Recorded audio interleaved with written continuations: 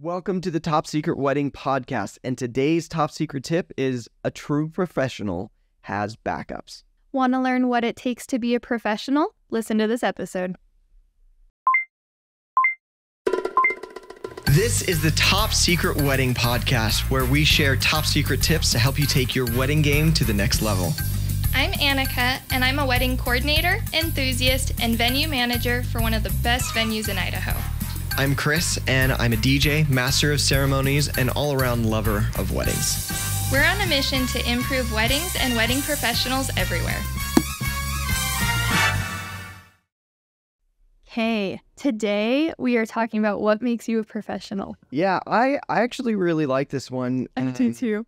And we made it a point to put one factor absolute last.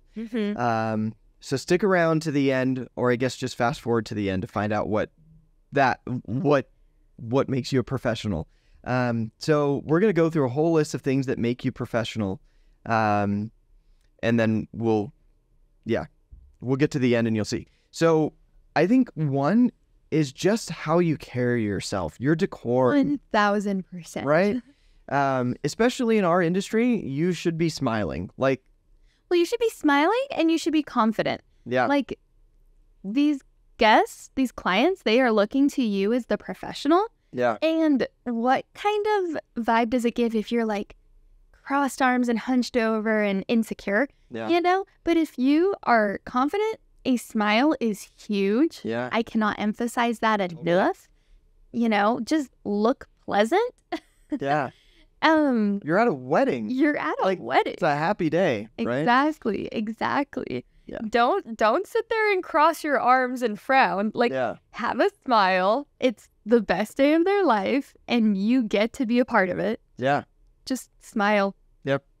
And I think you also need to be cool under pressure. 1000%. Right? If things are going to happen, and it's your job as a professional to have a level head about it, figure it out.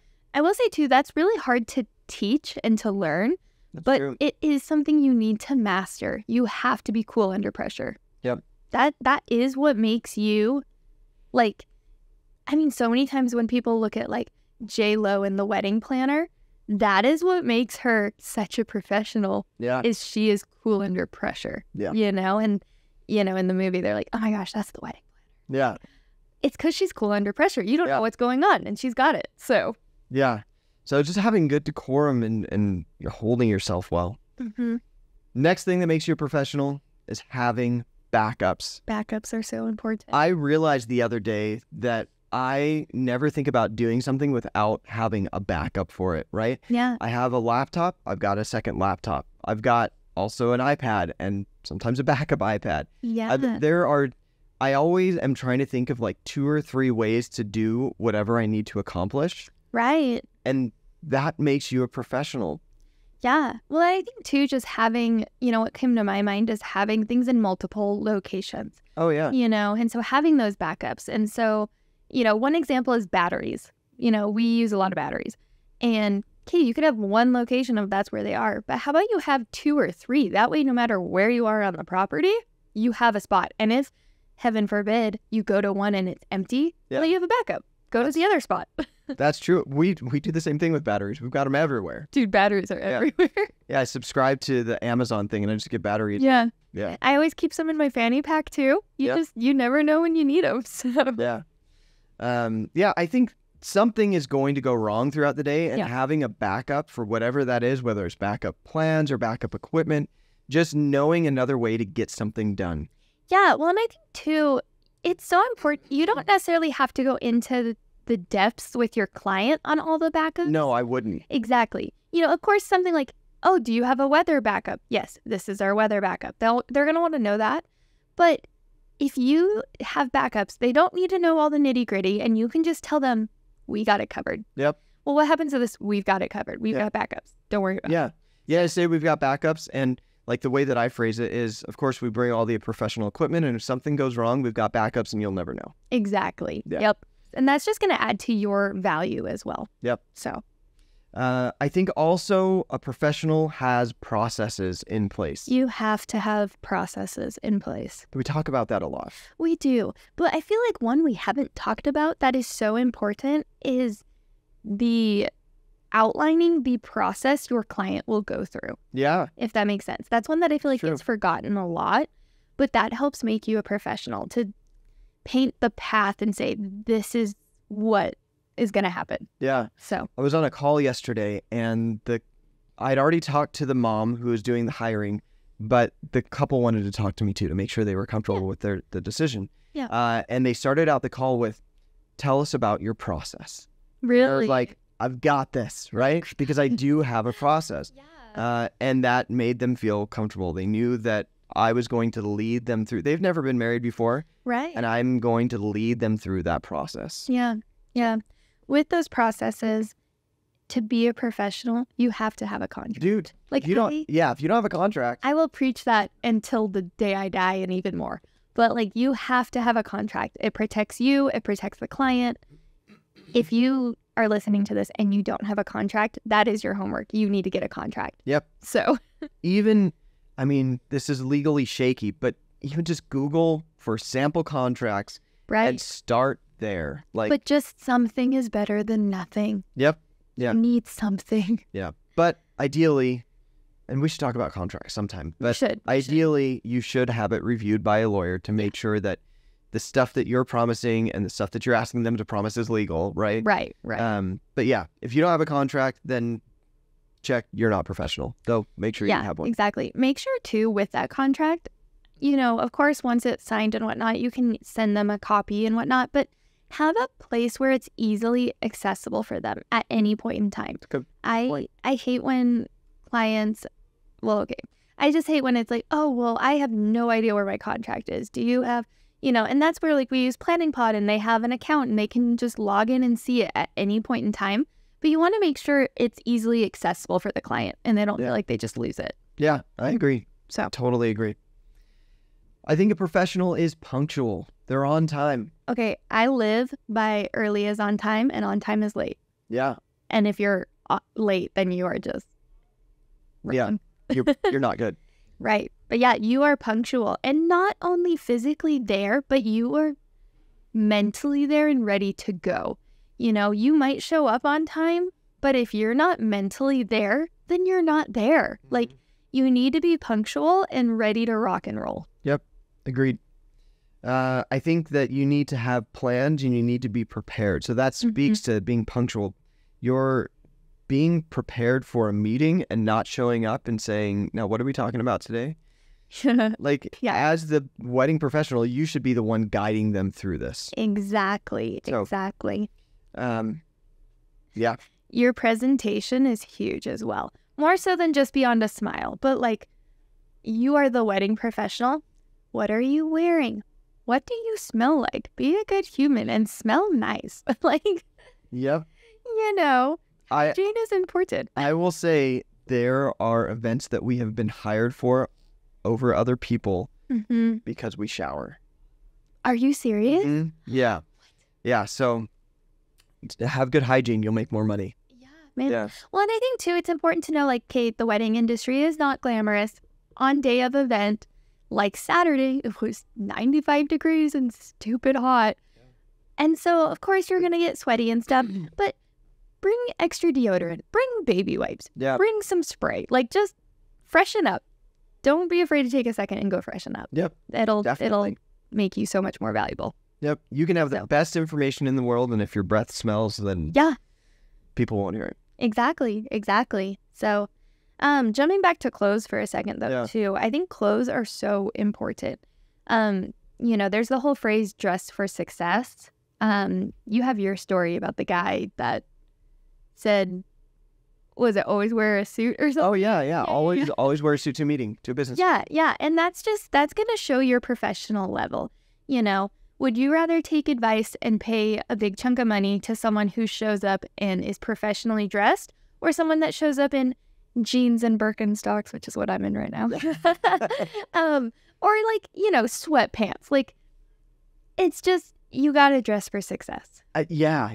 I mean, you put if you put two vendors next to each other, one's dressed in a suit and one's dressed in shorts, and you ask who's the professional, like clearly. Also, who charges more? Clearly, right? Yeah, exactly. Don't shoot yourself in the foot by wearing something bad. And with that too, you have to dress for success with where you are. So, like La Belle Lake is more cabin rustic. Yeah. Probably not the place for me to be in like a pantsuit get up. Right. But you still dress professional for the setting. Best example I've got is, okay, it's an outdoor venue. You're probably not dressed for success if you're in heels. Like, totally, yeah. But other venues, if it's a ballroom, yeah, heels are probably the expectation. Yeah. So I did a wedding I guess it was about a month ago, and I showed up and I had all my clothes ready to go. I show up and I set up and then I change. And as I'm getting closer to being set up, I'm noticing everybody is showing up in Hawaiian shirts. Oh. And I was like, I don't have a white shirt. Yeah. So I made an adjustment, and I think I had like a flower lapel that kind of fit. I stole one of their lays, you know what I mean? So I could fit, and I was dressed professionally. Yeah. So I think so too. It's important to note that depending on the event, jeans can work. Yeah, totally. They totally can, but they have to look nice. Yeah. You can't have a bunch of holey jeans and whatnot. Yeah. But they can work. You and I did a wedding together, and the couple was very much in the rodeo scene, and jeans were the thing there. But you have to have nice looking denim. Yep. So 100%. Yeah. I think also with your presentation, marketing, having a website that looks professional, it doesn't take that much. It doesn't. Honestly, so many of those sites have so many templates that just set you up for success, and they look professional. Yeah, but now they're all putting AI into them. So you say, build me a professional photography business website. Done. Yeah, by far, one of my best compliments is, we get a lot of people who look at our website, and whether it's the client or a prospective intern or someone who might come work with us, my favorite compliment is, your website looks so professional. Yeah. I hear it a lot from interns, from their parents, because, they go and they talk to mom and dad about, hey, I think I'm going to intern here. So they look it up and they go, oh, that place looks legit. Yeah. That's a professional venue. And I'm like, thank you. Thank you very much. I think along with your website, I think a professional also has an email address at the domain. 1000%. Right? Yeah. Not at gmail.com. It's okay if you have one of those too for your personal stuff, but right. You should have a professional email address. I agree. They don't cost that much, and they are worth it. Yeah. So if you have a domain, if you're paying for that, it's included. Yeah. It's free. So agreed. And if it's not included, then you should get a different domain host. So social media, also not that difficult to be professional on your social media. Right. Make sure you're sharing things that you would be okay for anybody seeing. Make sure whatever you are on, you are responding on.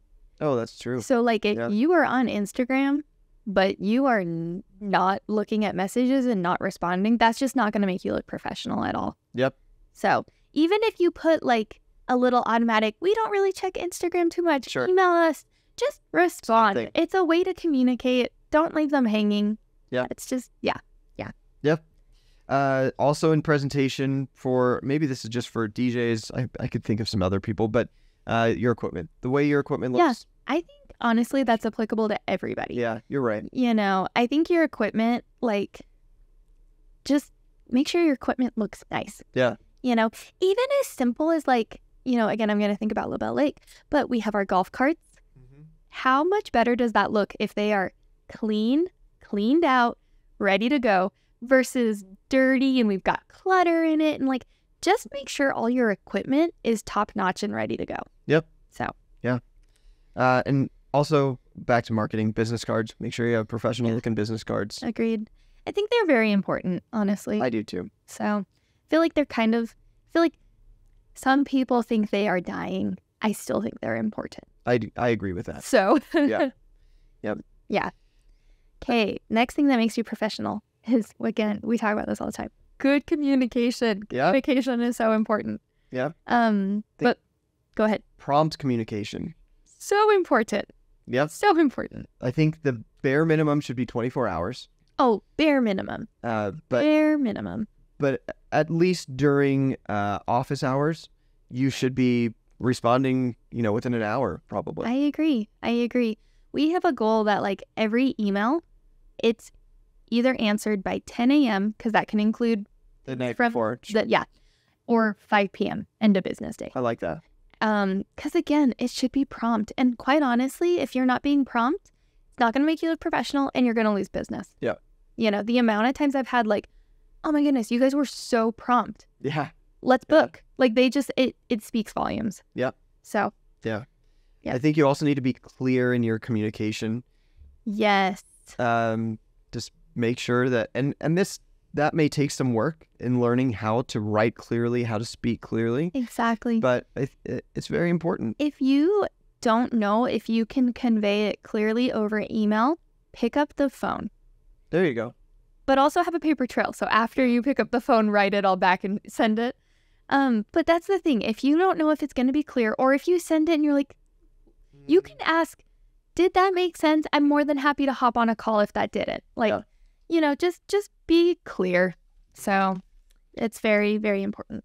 With that too, though, spelling and grammar is so important. Oh my goodness.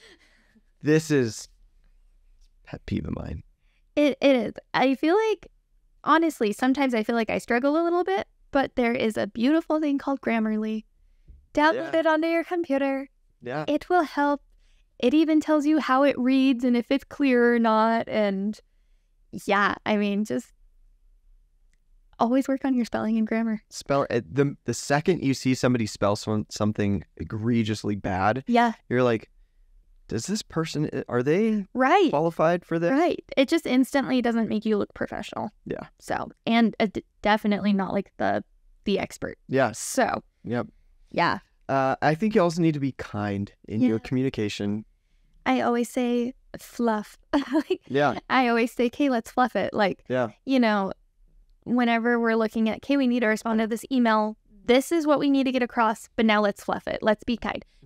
Not so much fluffing that it's fake. Right. But just be genuine. Soften maybe some of the words if they need to be. Exactly. Yeah. Just be kind and genuine. Yep. So, hey, with being a professional, you have to know how to work as a team. Yeah. It is not the me show. You have to have good teamwork skills. Yeah. And to do that, you have to know the plan and know where you fit in the plan. Exactly. Yeah. Exactly. So, on the flip side, to be a professional, I think you also need to know where your boundaries are. You need to stick to those boundaries. Agreed. Because if I'm a professional and let's say I'm the DJ, I'm the entertainer, and they say, hey, we need you to clean the plates off the tables. Yeah.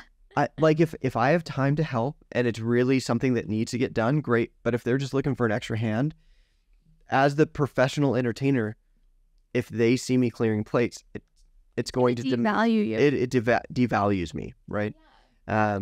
So just making sure you know where your boundaries are, knowing how to stick to them. Too, that's so important. We've talked about this before with communication, but if you don't set any boundaries, they're gonna, whether they think it or not, they're gonna lose respect for you. Mm-hmm. And so if you say, hey, I'd love to help you with this, I'm more than happy to help with that first thing when I get back to the office tomorrow morning. Yeah. That's setting a boundary, and they're going to respect your time, and it just adds value to yourself. Yep. That your time is valuable. Definitely. So. Okay, this is another one. I think a professional charges a proper fee. Yeah. Or they do it for free. Yes. One or the other. But elaborate a little. Yeah, I think just offering discounts to get business, I think is a dangerous game. If you're I love Alan Berg says this, if you're going to offer discounts, I just want you to be consistent in it.